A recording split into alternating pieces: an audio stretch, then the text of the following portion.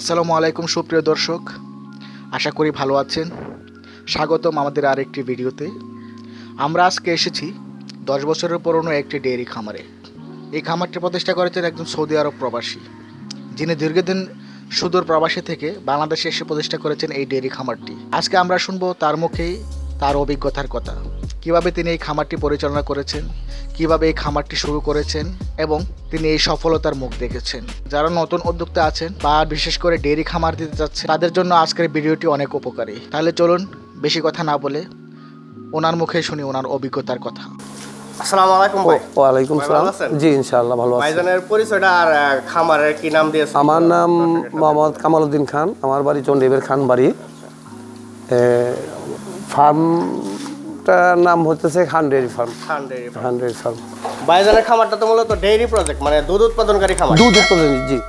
এই খামারটি আপনি কবে প্রতিষ্ঠিত করেন? কত সাল হয়েছে? 2012 জানুয়ারির 10 তারিখ।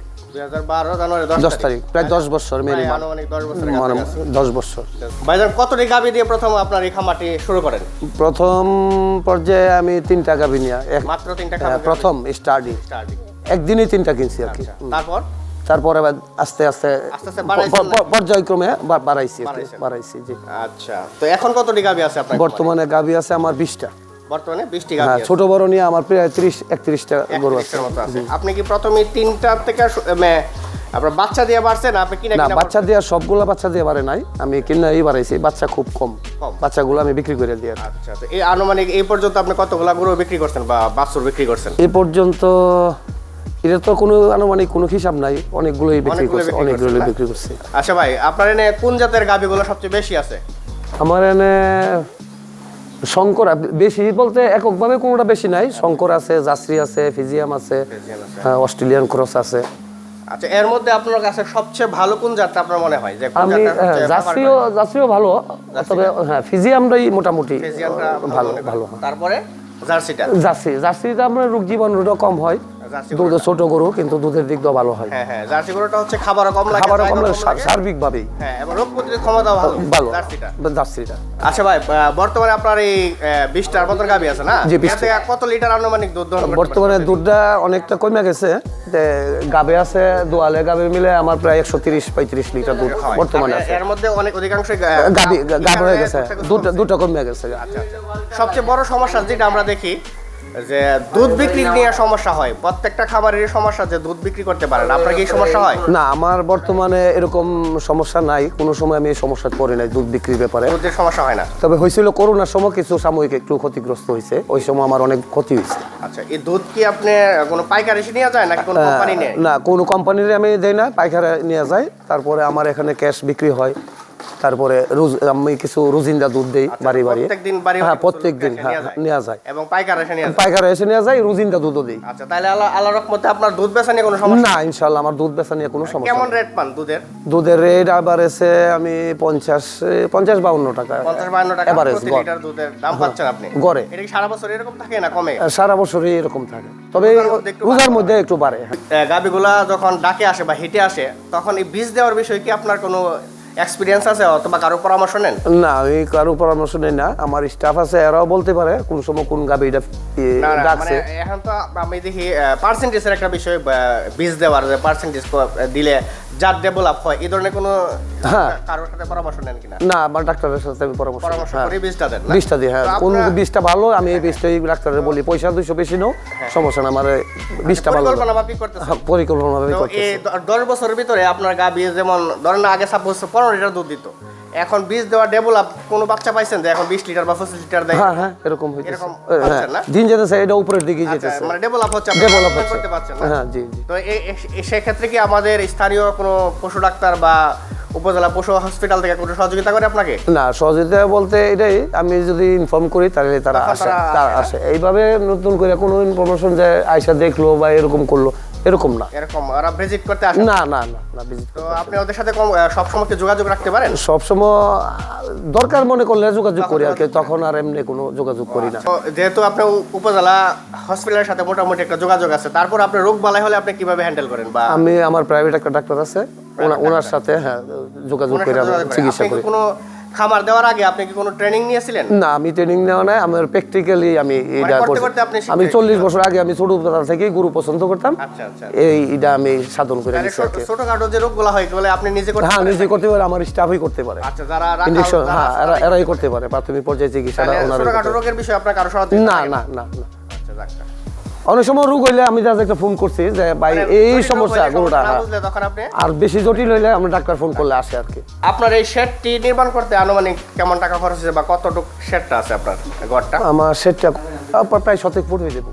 সেটটা আমার প্রায় 10 লক্ষ টাকা গেছে সেটটা করে। এটা তো এটার ভিতরে সীমাবদ্ধ না, আছে সামনে? না, এই যে সামনে আছে। আচ্ছা, সবগুলা মিলে সবগুলো তো মিলে ওই ফার্মটা মিলে প্রায় 20 লাখ টাকার উপরে আছে শুধু সেটটার পেতে।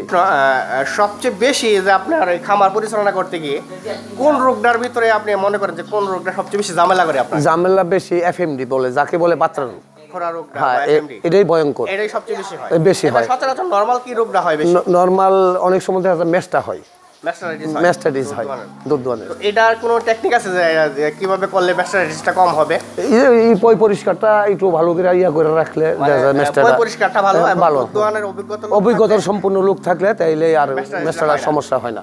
আচ্ছা, আপনি তো বললেন যে ম্যাস্টাইটিস এবং খোরা রোগটা এফএমডি বেশি হয়। আর কোনো আর নতুন একটা রোগ আমি না অন্য কোনো দেই তরকা, হ্যাঁ, পরে বাদলা, হ্যাঁ, কন্টিনিউ এটা ফোন করলে ডাক্তার এসে দিয়ে যায়। আচ্ছা, আপনার ডায়েরিতে বা কোনো জায়গায় এন্ট্রি তো হ্যাঁ আছে। কোন সময় দিয়েছি, কোন সময় কিটা রাখবে। হ্যাঁ, আচ্ছা, এটা কন্টিনিউ ফলো করতেছে? হ্যাঁ, ফলো করতেছে। এটা একটা গুরুত্বপূর্ণ দিক, কারণ যদি আপনি পূর্ব সতর্কতা না থাকেন তাহলে আক্রান্ত হয়ে গেলে কিন্তু ঝামেলা বেশি। না, ঝামেলা বেশি। সেজন্য প্রতিনিয়ত টাইম টু টাইম ভ্যাকসিনগুলো কমপ্লিট করতে হবে। গরুকে মূলত কি খাবার দেন আপনি? আমি বসি, তারপরে কিছু যাও খাই, সামান্য ফিড দেই, তারপরে বন আছে, কোরা আছে। হ্যাঁ, এই আর কি। ঘাসের কোনো ঘাস আছে, ছোটখাটো প্রজেক্ট আছে ঘাসের। আচ্ছা। সারা বছর তো আর ঘাস খাওয়াইতে পারে না, 2-4 মাস খাওয়াইতে পারে। যদি কোনো নতুন উদ্যোক্তা মানে নতুন কেউ যদি খামার দিতে চায়, তো তারা তো দেখি বেশিরভাগ সময় গাভী নির্বাচনে ভুল করে এবং গাভী ক্রয় করতে গিয়ে বিভিন্ন ধরনের প্রতারণার শিকার হয়। যদি কোনো খামারি আপনার খামার থেকে কোনো ভালো মানের গাভীর বাচ্চা বা গাভী নিতে চায়, আপনি কি তাদের সহযোগিতা করবেন? অবশ্যই, ইনশাল্লাহ। আমি আমার এক ভাই যদি ফার্ম করতে পারে, আমার যতটুকু সর্বোচ্চ সহযোগিতা করার দরকার, আমি তো টাকা পয়সা দিয়ে তো আর করবো না। তার কোনো একটা ফর্মুলা, ভালো একটা উদ্যোগ যে এইভাবে করো, পরামর্শ ইনশাল্লাহ আমি সবারই দিয়ে থাকি। আমার তো কোনো লস নাই। লস আছে আমার দেশে, যদি দেশ উন্নয়ন হোক। এখন কি কোনো বাছুর বা বিক্রি করবেন আপনি? হ্যাঁ, আমি বিক্রি করি বা করব, সার বাছুর বিক্রি করব। এখন 2-3টা সার বাছুর বিক্রি করব। আচ্ছা, তাহলে যদি কোনো যারা করে ফ্যাটেনিং করে, তারা ইচ্ছা করলে আপনার এখান থেকে 2-3টা বাছুর নিতে পারে? হ্যাঁ, নিতে পারে। সার বাছুর অনেক ক্ষেত্রে গাভী বাছুরও বিক্রি করি। হ্যাঁ, অনেক ক্ষেত্রে গাভী বাছুরও বিক্রি করি। যারা নতুন খামার ইচ্ছা করলে গাভী, হ্যাঁ, নিতে পারবো। আপনার সাথে কন্টিনিউ যোগাযোগ রাখলে আমরা, হ্যাঁ, নিতে পারবে।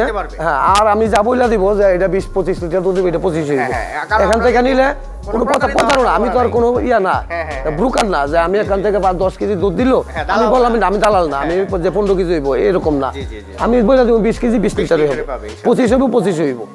না, অনেকে পাবনা বা অন্য না, এটা এগুলো তো প্রতারিত। আমাদের আশেপাশে যারা আছে, আপনারা এখান থেকে বা বিশ্বস্ত কোনো খামারি থেকে নিলে মনে হয় সবচেয়ে ভালো। 100%। এই পর্যন্ত আপনার যে খামারে গাভীগুলো আছে, তার মধ্যে সর্বোচ্চ দুধ পাইছেন কোন গাভী থেকে বা কত লিটার দুধ পাইছেন? আমি রানী বিটের, অস্ট্রেলিয়ার মধ্যে রানী বিট, আমি 32 লিটার দুধ পর্যন্ত পাইছি। আপনার এই খামারে গাভীটা কি এখনো আছে? আছে। এটা আপনার এখানে এসে আরো কয় বিয়ান দিছে আপনি? এটা 3টা দিছে।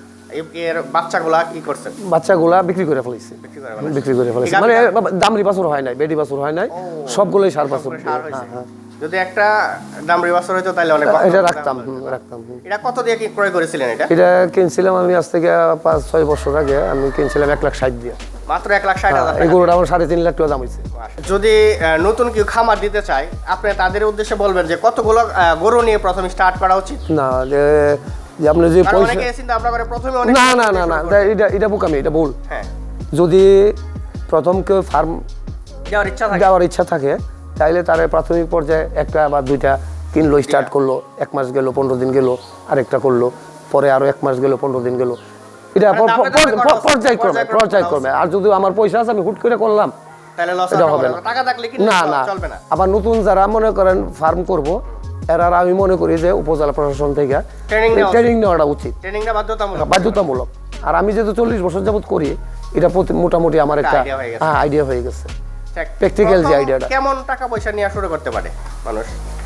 কেমন টাকা পয়সা লাগতে পারে? ধরো 2-3টা গরু নিয়ে স্টার্ট করলো, এটা তো একটা সেট করতে গেলে দেখা যাবে যে প্রায় 10 লক্ষ টাকা নিয়ে 2-4-5টা গরু বা 2-4টা গরু নিয়ে করতে পারবো একটা সেট বান্ধা, আর 10 লাখ টাকা দিয়ে শুরু করতে পারে 2-3টা গাভীন দিয়ে আর কি।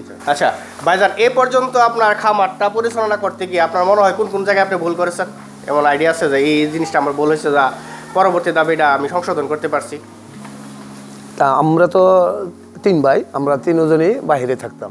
আমরা বাইরে থাকা অবস্থায় আমি ইটালিতে থাকতাম, তারপরে সৌদি আরবে থাকতাম। আইসা মনে করেন এই 4 বছর হইলো আর আমি ব্যাক করি নাই। সব মনে করেন এই ম্যানেজার স্টাফের উপরেই ছিল। তো নিজে থাকলে এক জিনিস আর ম্যানেজার থাকলে আরেক জিনিস। মূলত আপনারা 3 ভাই বাইরে থাকা অবস্থায় 6 বছর মানুষের উপরে, হ্যাঁ মানুষের উপরে অনেক ব্যবধান। মানে যারাই খাবার করে তাহলে তাদের প্র্যাকটিক্যালে না হইলে নিজে না থাকলে হবে না।